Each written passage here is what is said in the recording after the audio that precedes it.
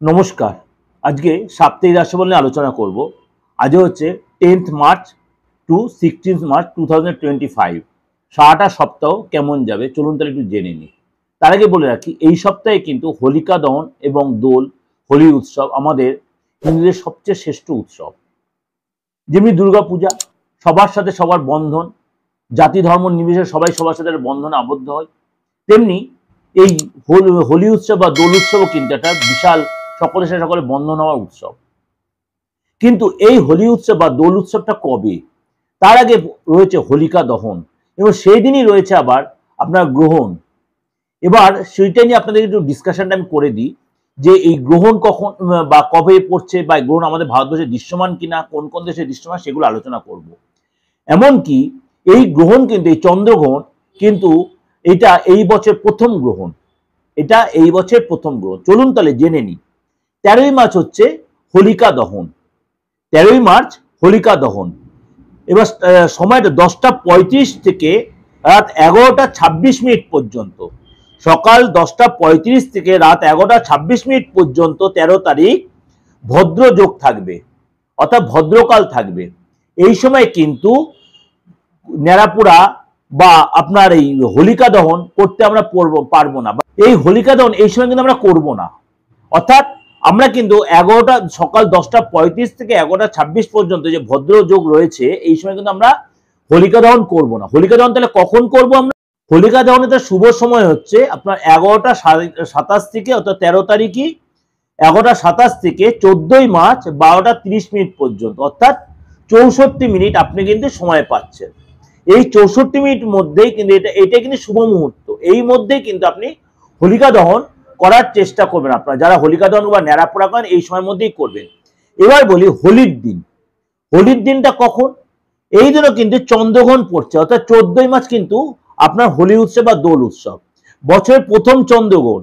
সকাল 9টা 29 কিন্তু গ্রহণ লাগছে, দুপুর 3টে 29 পর্যন্ত গ্রহণ থাকবে।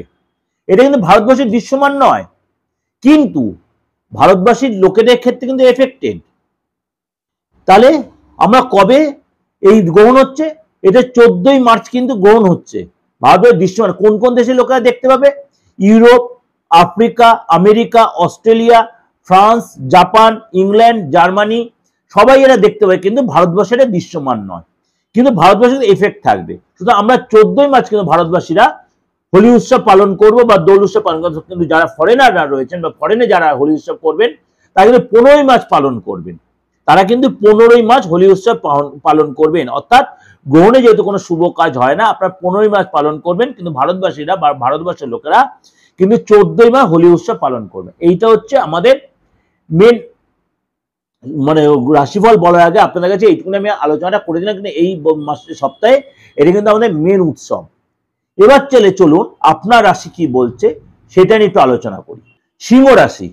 সিংহ রাশি এই সপ্তাহটা, অর্থাৎ 10 তারিখ থেকে 16 তারিখ আপনি এই সপ্তাহে কোথাও ঘুরতে যাওয়ার প্ল্যান করতে পারেন, কোনো গুরুর আশ্রমে গুরুর সাথে দেখা হওয়া, গুরুর সাথে সময় কাটানো, কোনো তীর্থে যেতে পারেন। 10 তারিখ থেকে 14 তারিখ আপনি খুব সতর্ক হয়ে থাকতে হবে, কারণ সূর্যের এই ট্রানজিটের জন্য আপনাকে কিন্তু অনেক সতর্ক থাকতে হবে।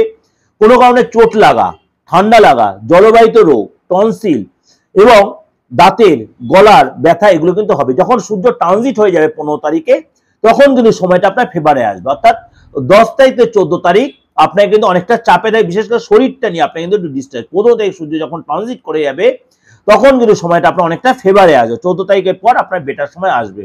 আর্থিক সিচুয়েশন আস্তে আস্তে ভালো হবে, ফ্যামিলি থেকে আর্থিক গিফট পাবেন, আর্থিক হেল্প পাবেন, আটকে থাকা অর্থ পাবেন, আটকে থাকা যে ডিলগুলো আটকে ছিল, যে কন্ট্যাক্টগুলো আটকে, সেগুলো আপনার কনফার্ম হবে। অর্থাৎ 10 তারিখ থেকে 14 তারিখ আপনার অনেক সতর্ক থাকতে হবে। পার্টনারের সাথে কোনো বাদ বিবাদ হতে পারে, পার্টনারের হেলথ নিয়ে ডিস্টার্ব হতে পারে, পার্টনারের কোনো আপনার ফ্রেন্ডের সাথে কোনো ডিস্টার্ব, বাবা মার সাথে কোনো বাদ বিবাদ হতে পারে, আপনার বা আপনার পার্টনার কোনো বাদ বিবাদ হতে পারে। এগুলো আপনাকে কিন্তু অনেক বেশি নিজেকে সতর্ক থাকতে হবে। পার্টনার কোনো কারণে মুড অফ থাকতে পারে, পার্টনার কোনো মেজাজ বিগড়ে যেতে পারে, আপনাকে অনেক অ্যাডজাস্ট এবং স্যাক্রিফাইস কম্প্রোমাইজ করে চলতে হবে। আপনার 14 তারিখ পর্যন্ত প্রচন্ড অ্যাডজাস্ট করে থাকতে হবে ফ্যামিলি লাইফে বা আপনার কর্মজগতেও।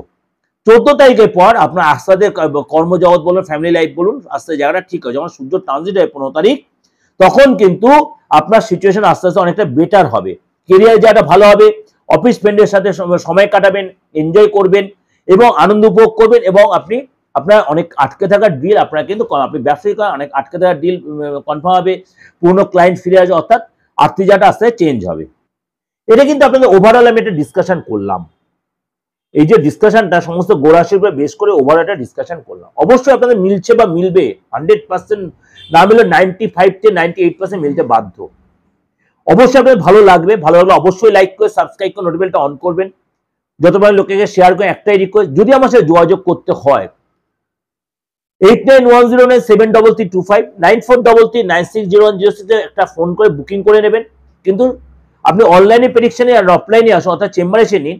আপনার ডেট অফ বার্থ থাকুক আর নাই, যে কোনো বয়সের লোকই হন, আপনি হাত তারিখে ফেসটা রিড করে কিন্তু আপনি আপনার গুরুত্বপূর্ণ যে আপনার প্রেডিকশন সেটা আপনি অবশ্যই নিতে পারেন। অর্থাৎ আপনার ভবিষ্যতের যে ইয়েটা বা অতীত বা আপনার বর্তমান আপনার জানার রাইট আপনার আছে অবশ্যই। তার জন্য বয়সের কোনো বান নেই, যে কোনো বয়সের লোকই তার ভবিষ্যৎ সম্বন্ধে জানার রাইট আছে।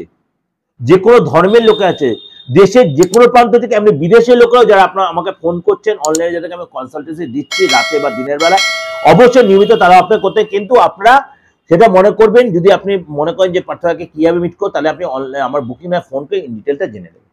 নমস্কার, ভালো থাকবেন, সারাটা সপ্তাহে ভালো কাটুক, এবং আপনি সমস্ত ধর্মের লোকদের বলছি হোলিকা উৎসব, দোল উৎসব সবাই পালন করুন, খুব ভালোভাবে পালন করুন। নমস্কার।